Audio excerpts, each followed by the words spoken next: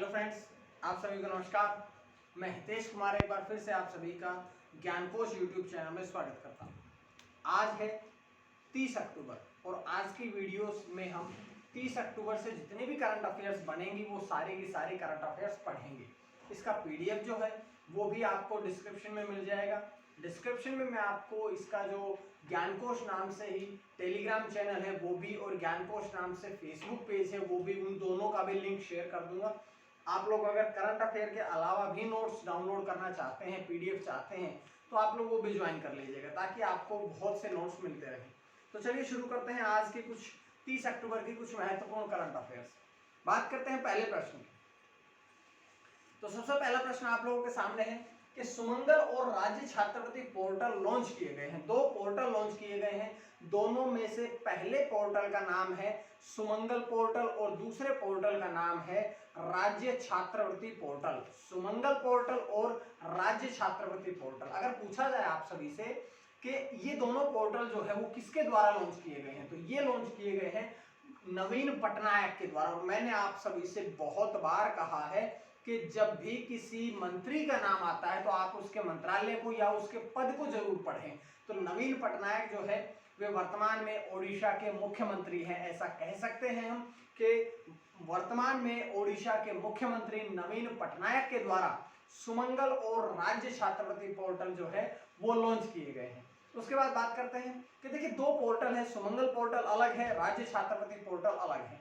दोनों के बारे में मैं आपसे बताता हूं।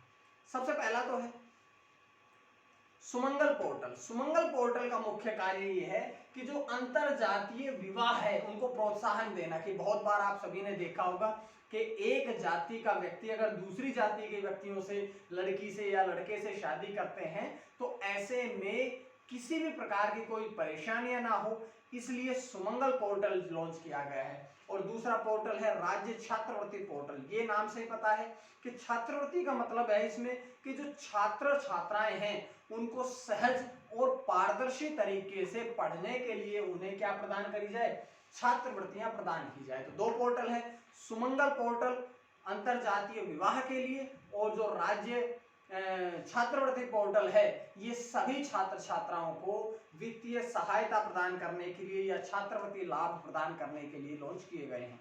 अब देखिए, जैसे कि मैंने बताया कि ओडिशा के मुख्यमंत्री नवीन पटनायक के द्वारा ये लॉन्च किए गए हैं। पिछली वीडियो में जब आप लोगों को याद होगा, पिछली वीडियो जब मैंने पढ़ाई थी तो मैंने ओडिशा का जब नाम आया था तो ओडिशा से मैंने वहां के सभी एयरपोर्ट्स के बारे में बताया था। आप लोग दोबारा से उनको रिवाइज कर लीजिएगा। और एक प्रश्न और बता देता हूं यहां से कि ओडिशा के राज्यपाल, वर्तमान में ओडिशा के राज्यपाल कौन है, तो ओडिशा के राज्यपाल है गणेशी लाल। ये यहां से इस प्रश्न से हमें जानकारियां मिलती है। उसके बाद बढ़ते हैं अगले प्रश्न की तरफ। तो अगला प्रश्न है डॉक्टर तुलसीदास चुग अवार्ड 2020 से सम्मानित किया गया है। तो डॉक्टर तुलसीदास चुग जो है अवार्ड 2020, इससे किसे सम्मानित किया गया है, किसे प्रदान किया गया है, किसे दिया गया है, तो ये दिया गया है डॉक्टर सतीश मिश्रा को। डॉक्टर सतीश मिश्रा जो है उनको ये अवार्ड दिया गया है। अब अगर हम बात करें ये किसके द्वारा दिया गया है, जो डॉक्टर तुलसीदास, ये लिखा है डॉक्टर तुलसीदास चुग अवार्ड 2020 दिया गया है, ये किस संस्था के द्वारा दिया गया है, तो ये दिया गया है national academy of medical sciences India के द्वारा। National academy of medical sciences India के द्वारा अब डॉक्टर सतीश मिश्रा को डॉक्टर तुलसीदास चुग अवार्ड 2020 से सम्मानित किया गया है। अब बात करते हैं, देखिए ये प्रदान किया गया है डॉक्टर सतीश मिश्रा को। तो डॉक्टर सतीश मिश्रा जो है वो बहुत ही प्रतिष्ठित डॉक्टर हैं जिन्हें इससे पहले भी कुछ पुरस्कार दिए गए हैं। उसमें मुख्य रूप से अगर हम बात करें तो 2018 में उन्हें कौन सा पुरस्कार दिया गया था, शकुंतला अमीरचंद पुरस्कार दिया गया था। और शकुंतला अमीरचंद पुरस्कार जो दिया गया था वो किसके द्वारा दिया गया था, तो ये दिया गया था भारतीय चिकित्सा अनुसंधान परिषद के द्वारा। 2018 में डॉक्टर सतीश मिश्रा को भारतीय चिकित्सा अनुसंधान परिषद के द्वारा शकुंतला अमीरचंद पुरस्कार से सम्मानित किया गया था। बात करते हैं 2013 में, इससे पहले उन्हें जैव प्रौद्योगिकी विभाग द्वारा भी क्या दिया गया था, रामलिंग स्वामी रीएंट्री फेलोशिप प्रदान की गई थी। तो इससे पहले भी उन्हें बहुत बार पुरस्कृत किया जा चुका है, सम्मानित किया जा चुका है। इसी सम्मान में बढ़ाते हुए अब उन्हें डॉक्टर सतीश मिश्रा को एक और अवार्ड दिया गया है, इसका नाम बता चुका हूं मैं। उसके बाद बढ़ते हैं अगले प्रश्न की तरफ। यहां पर है कि युवा अधिवक्ता कल्याण कोष, युवा अधिवक्ता कल्याण कोष का शुभारंभ किया गया है। तो ये जो युवा अधिवक्ता कल्याण कोष है, इसका शुभारंभ कहां पर किया गया है? तो बात करते हैं सबसे पहले कहां पर किया गया है। तो इसका शुभारंभ जो है वो तमिलनाडु राज्य में किया गया है। और इसका मुख्य उद्देश्य क्या है? तो अगर हम बात करें इसके उद्देश्य की, इसका उद्देश्य है यंग एडवोकेट वेलफेयर स्कीम के द्वारा जो नए वकील हैं, नए उम्मीदवार हैं, उनको शुरुआती चुनौतियों का सामना करने में मदद करना। क्योंकि जब भी किसी प्रोफेशन में कोई नया नया व्यक्ति आता है तो उसे मोटिवेट करने वाले बहुत कम व्यक्ति मिलते हैं, लेकिन डिमोटिवेट करने वाले, दबाव बनाने वाले व्यक्ति बहुत सारे मिलते हैं। तो इस प्रकार की दिक्कतों को देखते हुए जो नए वकील हैं, नए उम्मीदवार हैं, उनको जब प्रोफेशन में जब वो एंट्री करते हैं तो जो शुरुआत में कुछ इस प्रकार की चुनौतियां सामने आती हैं, उन सभी चुनौतियों का सामना करने में मदद करना ही इसका मुख्य उद्देश्य है। बात करते हैं कि इसके द्वारा एक कार्य और भी किया जाएगा। कुछ जो नए नए वकील हैं उनको शुरुआती 2 साल के लिए 3000 रुपए प्रति माह वित्तीय सहायता भी प्रदान की जाएगी। क्योंकि जब कोई वकील, ऐसा इनके अकॉर्डिंग है कि जब कोई नया नया वकील वकालत का कार्य करने लगता है तो उसके सामने बहुत सी वित्तीय समस्याएं भी आती है। इस बात का ध्यान रखते हुए अब 2 साल के लिए 3-3 हजार रुपए की मासिक वित्तीय सहायता, अगर इसको ईयरली या वार्षिक रूप से पूछा जाए तो 36,000 रुपए वार्षिक रूप से उन्हें प्रदान किए जाएंगे। तो ये जानकारी हमें इस प्रश्न से मिली है। उसके बाद बढ़ते हैं अगले प्रश्न की तरफ कि state bank of India, SBI ने, एसबीआई की फुल फॉर्म है स्टेट बैंक ऑफ इंडिया, इसने $1 बिलियन ऋण समझौते पर हस्ताक्षर किए हैं। अब जो स्टेट बैंक ऑफ इंडिया है, भारत का जो सबसे ज्यादा ब्रांच वाला जो बैंक है, कौन सा है? ये एसबीआई है। इसके द्वारा इसने $1 बिलियन ऋण के साथ का समझौता किया है। अब किसके साथ कर लिया $1 बिलियन का? तो ये कर लिया भाई इसने Japan bank for international cooperation JBIC के साथ में $1 बिलियन का समझौता कर लिया है। और इसके द्वारा क्या फायदा क्या होगा, लाभ क्या होगा भाई? $1 बिलियन का तो समझौता कर लिया, अब कोई फायदा वायदा भी है कि नहीं? तो देखिएगा इसके द्वारा क्या होगा कि भारत में जो जापानी कार कंपनियां हैं, जैपनीज कार कंपनियां भारत में हैं, उन सभी के संचालन में आसानी होगी। ये प्रश्न था। अब देखिए ये एसबीआई ने किया है, SBI state bank of India. यहां से एक बहुत महत्वपूर्ण प्रश्न मैं आप लोगों से बताता हूं कि अगर पूछा जाए कि एसबीआई के वर्तमान में अध्यक्ष कौन है, तो एसबीआई के अध्यक्ष है दिनेश कुमार खारा। दिनेश कुमार खारा कैसे हो गए? क्योंकि अभी रजनीश कुमार के स्थान पर एसबीआई के अध्यक्ष कौन बने हैं? दिनेश कुमार खारा। बहुत इंपॉर्टेंट प्रश्न है, आपके एग्जाम में आएगा, लिख लीजिएगा इस बात को। अगला प्रश्न बात करते हैं कि इसकी स्थापना, एसबीआई की स्थापना कब हुई थी? अरे भाई बार बार बताता हूं, एसबीआई के जब भी एसबीआई से प्रश्न आता है इसके अध्यक्ष का नाम बहुत इंपॉर्टेंट है। अब और भी इंपॉर्टेंट है, क्यों? क्योंकि अभी अभी बदलाव हुआ है। उसके बाद बात करते हैं एसबीआई की स्थापना की। तो 1 जुलाई 1955 को एसबीआई की स्थापना की गई थी। मुख्यालय कहां पे है? मुंबई महाराष्ट्र में है। और महाराष्ट्र के सीएम कौन है? उद्धव ठाकरे, शिवसेना प्रमुख। बात करते हैं अगले प्रश्न की, क्योंकि किसके साथ में समझौता किया है? ये किया है Japan bank for international cooperation, यानी कि JBIC के साथ में समझौता किया है। तो JBIC की फुल फॉर्म भी तो अपना वो फुल फॉर्म तो पढ़ ली, अब इसकी स्थापना भी तो पढ़ लें।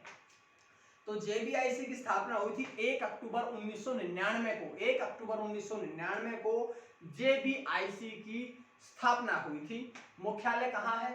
टोक्यो में है। टोक्यो कहाँ पे है? जापान की राजधानी है टोक्यो भाई, जापान की राजधानी है। बात करते हैं कि इसके अध्यक्ष कौन है? JBIC के अध्यक्ष कौन है?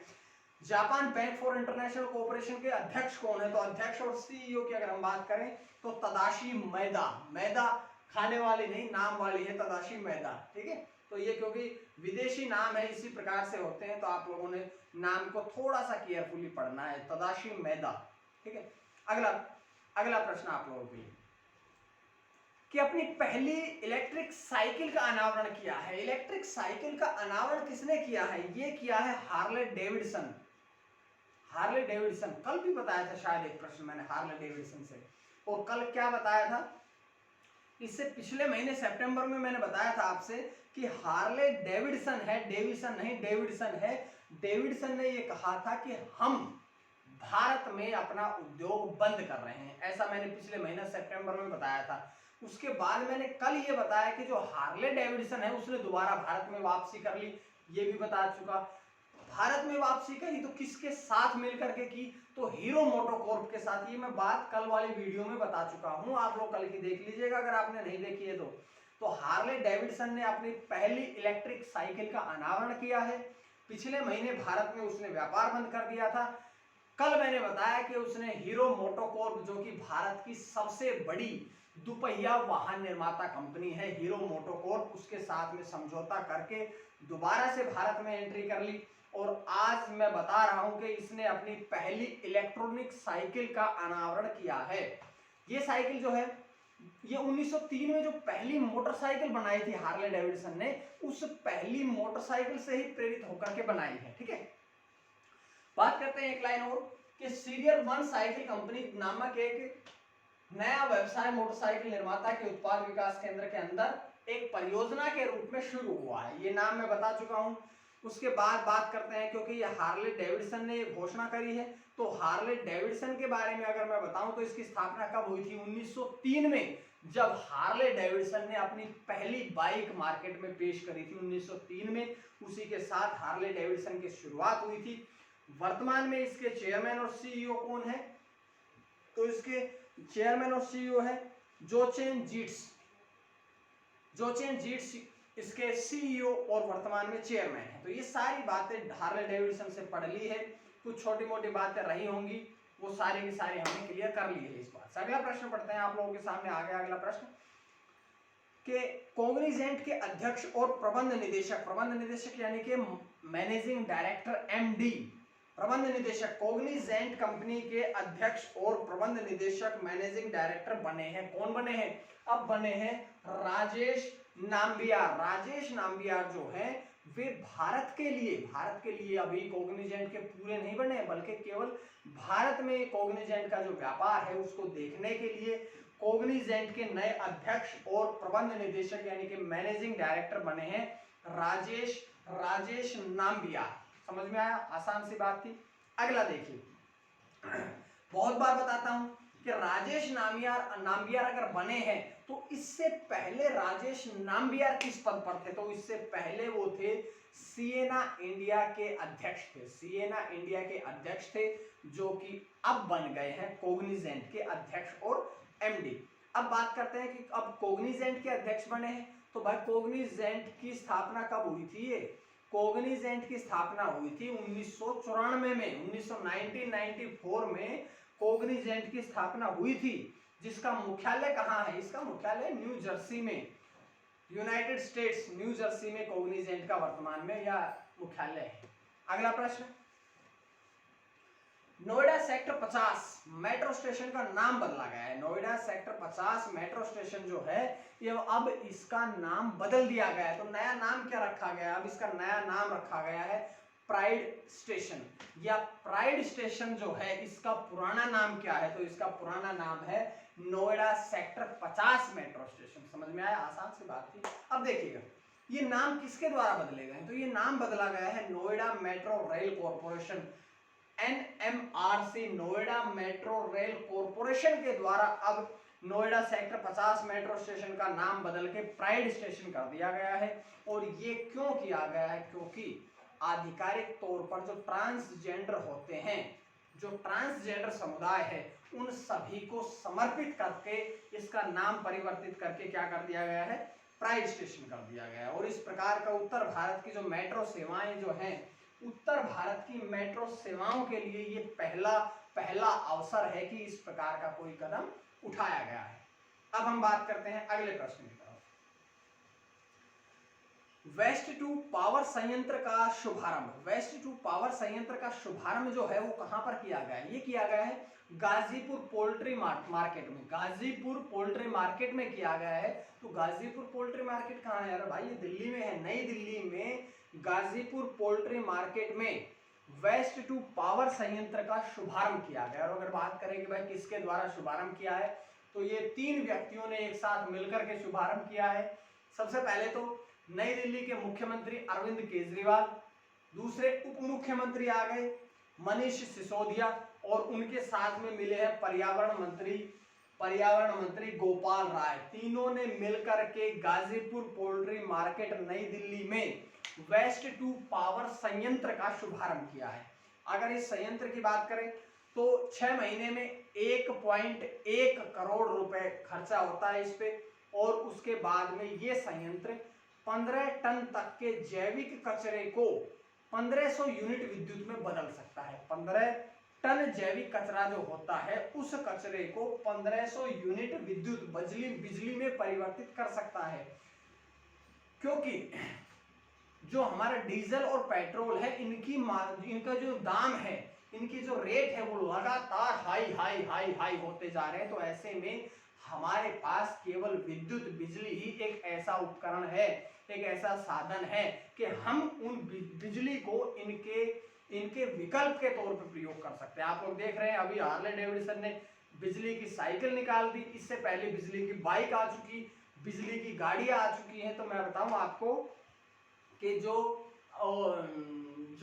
बिजली है यही एकमात्र पेट्रोल और डीजल का विकल्प रहेगा। इस बात को आपने समझना है।